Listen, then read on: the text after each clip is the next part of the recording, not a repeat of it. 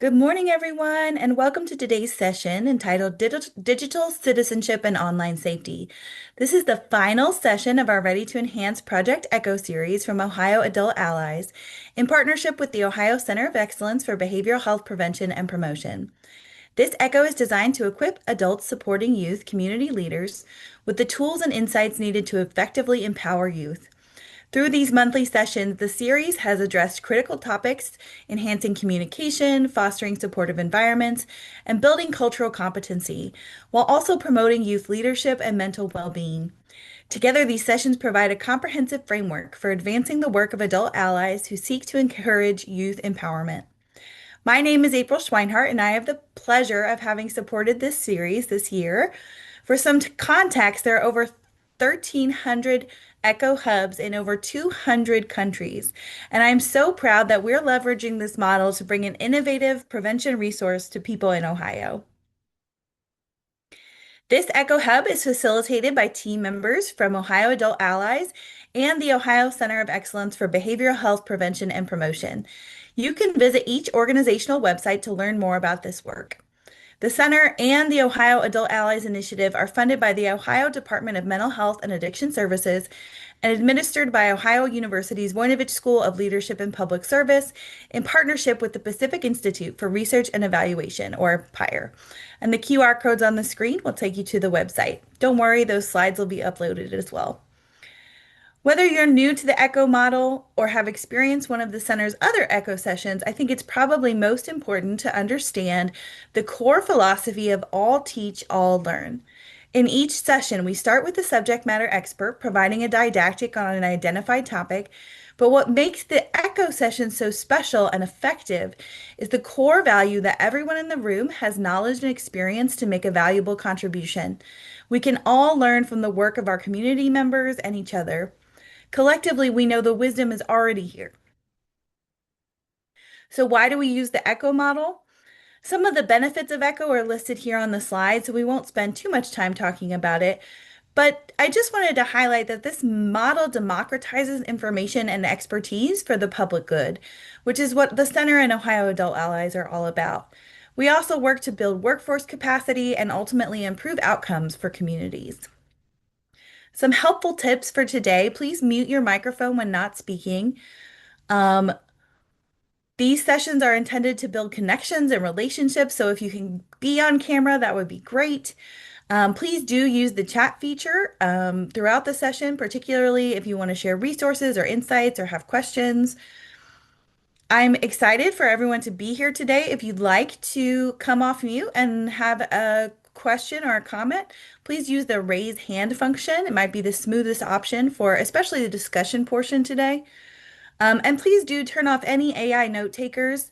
If you're experiencing any technology issues, Nancy Clough has just put her information in the chat. Thank you, Nancy. And you are free to reach out to her for help with technology. As part of the Hub team, I just want you to know that we're committed to creating an inclusive environment and providing necessary accommodations. We will strive to start and end sessions on time and work hard to make good use of your time by providing quality content. The only recorded part of our session today will be the didactic presentation, and this is out of respect for your privacy and the community members you serve. We will provide continuing education credits, which you can earn by completing the evaluation at the end of the session. We also have commitments that we ask of you. Please help us create a safe and respectful learning environment by valuing the opinions of everyone on the call, using the most inclusive language you can, and protecting the privacy of everyone involved by keeping this discussion confidential. We want you to be open in sharing your experiences, knowing that this space is supportive and confidential. I do want to also remind you about our last planned Echo session for this year, the Adult Lower Risk Drinking Encore on September 24th. And the QR code on the slide will take you to that Echo as well. And with that, I would like to introduce our presenter, Dr. Vanessa Volpe. Dr. Volpe is an associate professor of psychology at North Carolina State University. As an applied psychologist, she researches the way that online media and digital technologies impact the lives, health behaviors, and health outcomes of youth. She received her PhD from the University of North Carolina at Chapel Hill and completed postgraduate training as a development with Media and Technology Fellow at the University of Southern California. She was recently awarded the Distinguished Early Career Professional Contributions to Media Psychology and Technology Award from Division 46 of the American Psychological Association, or APA. She's passionate about understanding the real-world implications of how online environments, social media, and technology afford challenges and opportunities for the agency and empowerment of youth. Welcome, and thank you so much for being here, Dr. Volpe. Thank you all so much for having me. It's great to be here. I know our time is short, so let's jump right in. I'm excited to talk to you a little bit. We could talk probably for much longer, but some overviews of some research and what we know about digital communication, citizenship, and online safety. So you might have heard and have experienced both personally or in your work with youth about the impact of technology writ large on young people's lives. Things like technology is an integral part of youth's daily lives, and they often view it quite positively. At the same time, you might have heard that or experienced that as young people become more exposed to technology and the internet, they also might become more vulnerable to harmful content, and how do you help them navigate that? Both are narratives that exist in our society about technology and media and its impact on young people's lives. You might have even heard that young people love their devices, but maybe they don't love them as much as we think they love them, you know.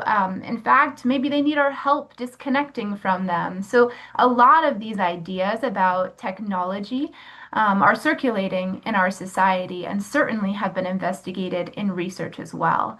And in fact, it's not so cut and dry, and it might not be so black or white.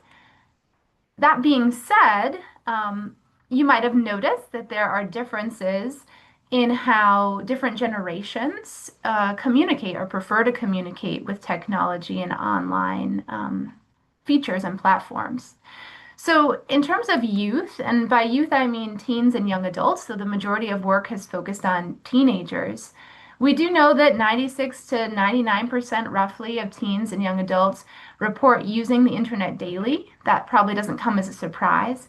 The majority of those folks use the internet via smartphones rather than a computer, for instance. And that's to say that the vast majority of folks have some kind of access, whether at home or in other public or academic spaces, to the internet. But there are a portion of those who don't have that. So this is not 100% across the board. Of those who do have access, texting seems to be the predominant way that they prefer to communicate with their friends. So adolescents send an average of 60 text messages per day and prefer to communicate, once again, with friends via text messaging more than any other mode of communication.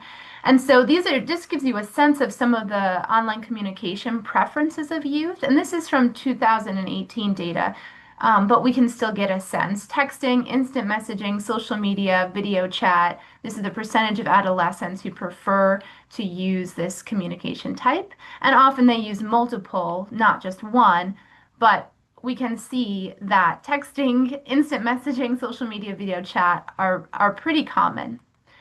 Compare that with emails. If you've experienced the day and age, of course, where you heard the "you've got mail," right? That's why I put this little image up here.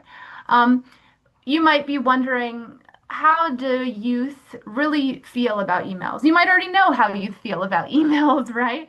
But the statistics suggest that high school students, for instance, 90% of them use email at least once a week. That might be very different than checking email or saying they use it every day. For young adults, 60% of the demographic open emails, but less than half read the emails that they receive. So, when we think about communication and digital spaces and online communication, most younger audiences access email via mobile devices, which might be different generationally. That means that Any platforms for online communication need to be enabled for mobile devices and easy to use for mobile devices, which may or may not be true with some of the platforms that your district or organization uses. They prefer concise content, largely as a function of the way they consume information, which may not always be the case for things like communications from school that need to be really detailed and specific. There might be a high frequency of checking email, but the reading of email is often selective, and they might scan subject lines and perceive to the extent to which they perceive the content is immediately relevant to them, or they can ascertain that, or it's interesting to them. That might drive a lot of their decision making regarding actual reading and processing the content. So these are just some examples of how the online communication preferences of youth might look different than how we might approach those same tools or what we might be sending and how it might be received. And in general, of course, technology has both risks and benefits. I'm not going to go through all of these in the interest of time, but I hope this gives you a sense of the fact that, of course, there's privacy and surveillance concerns, for instance, for youth online. There's also tremendous opportunity for self-expression, creativity, content creation, education, access to education, other resources, connection. So there's dual narratives about technology and screen time increasing loneliness, but also fostering sense of community for those who might not be able to find the same type of communities for whatever reasons offline. And a lot of this work focuses on online platforms and social media aspects of technology. There's other forms of technology too. So we have, risks of things like cyberbullying, victimization, exclusion, concerns about privacy or surveillance, fear of missing out, right? Attention. How does these platforms impact attention or the feelings of overwhelmingness, of things that are overwhelming? But we also have the possibility for connection, expansive worldviews, and a lot of the benefits that we know in the literature are from what youth tell us in interviews or other forms of connecting directly with youth who use these platforms. So, in many ways, we need to balance both those risks and those benefits to, work with youth and empower youth to use those resources in ways that facilitate their own development and their own needs. How do we do that? Well, we often think about digital citizenship. Here are some of the most frequently cited elements or domains of digital citizenship. I put this up for your own, resource. We're not going to be able to talk about all of them, but you can see that it's quite expansive. One that you might hear a lot about is digital literacy, which is sometimes also called digital media literacy or critical digital literacy or critical media literacy, which involves not only educating and working with youth on how they use technology in terms of the nuts and bolts, but also how they understand how technology is used in certain ways by certain actors. Things like technology companies like Meta, for instance, or how it might be used by school professionals or organizations. And so digital literacy can encapsulate a bunch of these other things, but is generally about teaching and learning about technology and its use. Things like digital security, the degree to which youth are aware of the ways in which they can stay safe or the privacy regulations or the ways their information is being used online, empowering youth to understand those contexts and us understanding them ourselves as those who work with youth can help promote digital literacy. So I thought it might be helpful to look at some examples of what digital literacy might look like and how we could use it to empower and work with youth. I'm going to show some resources from the Berkman Klein Center, which has a fabulous platform which provides some activities and curriculum for teaching digital citizenship. There's also another curriculum that I've linked here, and you'll have access to the PowerPoint and these links as well, from the nonprofit called Common Sense, which provides different types of activities to foster digital citizenship elements at different age groups and different levels. So I think that can be really helpful. So let's just look at some examples in the domains of online security, meaning safety and privacy, and what we could think about that youth might need to understand or know about, and we, as those who work with them, might also need to understand and know about related to safety and privacy. I'm not going to read all of this. This is just an example of what I mentioned, a curricular component. This one is called Who is Watching You? And you can kind of glean the idea here is to really think about how using some technologies might actually put some information or some data about you into a public sphere, or at least into the hands of other data brokers who would then personalize advertisements or other things that you might see. So, most people have no idea what data is being collected about them by the websites they use. What do you think is important for people to know about data collection? Are there instances where data collection can be helpful? On the flip side, are there times that this data collection makes you feel uncomfortable or could even be dangerous? And they talk about in this activity and the challenge, looking at real life examples and thinking critically. And that's an element of that digital literacy, thinking critically about what is being collected about them and what they're putting out there and why. Here's another example that has to do with an online presence that one is putting out there, right? So this is an example, a fake example related to fake comments, fake meaning created for the purpose of the activity, about a profile of Barack Obama. And it shows in this activity these fictional comments that you might see as a result of that profile. And so things about who created the content, why, what are some of the comments, what are the target audiences, what's the story that people take away from reading the profile of Barack Obama, thinking very much about online profiles and the public information that is available about you or others comes from different sources. So the learning outcome for this activity, for instance, is participants will be able to identify one type of personal information they can manage online, one form of information they can't totally control online, and one thing they can do about some aspect of their personal information online that's not directly controlled by them. So this gives a sense of what, activities that encourage digital media literacy might look like, and really focusing on privacy and safety. And that, of course, includes things like what information are you sharing, whether that be on a profile or whether that be in online communication with another party, and what information is being stored, collected about you. And do you know that going into any conversation or any information kind of context online, do you know that when you put something online, that that's going to have staying power and that that information could be accessed, could be, you could undergo surveillance? What are the pros and cons, the risks and benefits, and just encouraging, right?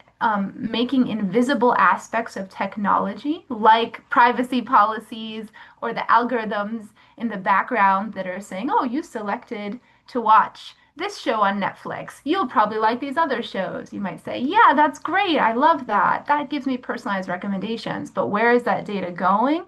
What's being collected? And do I know that going in? And so, in a lot of ways, this information will hopefully empower you all who work with youth further to help empower them, right? So everyone in this new digital landscape where a lot of these things were not taught to us in school, never mind are always being taught to youth.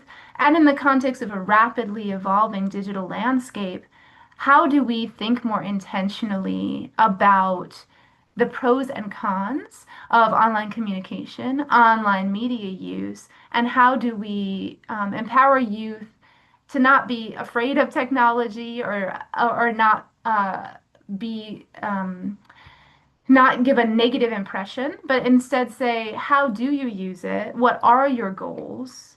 How do you weigh the pros and cons? And how do we weigh the pros and cons related to your needs of using different forms of online communication and of knowing those risks and benefits? So, on the individual level, something like encouraging digital literacy through these and other tools can help empower youth at the individual level to take agentic, which they already do in many ways, but to take an informed and agentic perspective on their online engagements so that they're in control of and make decisions based on accurate information about the consequences of those things.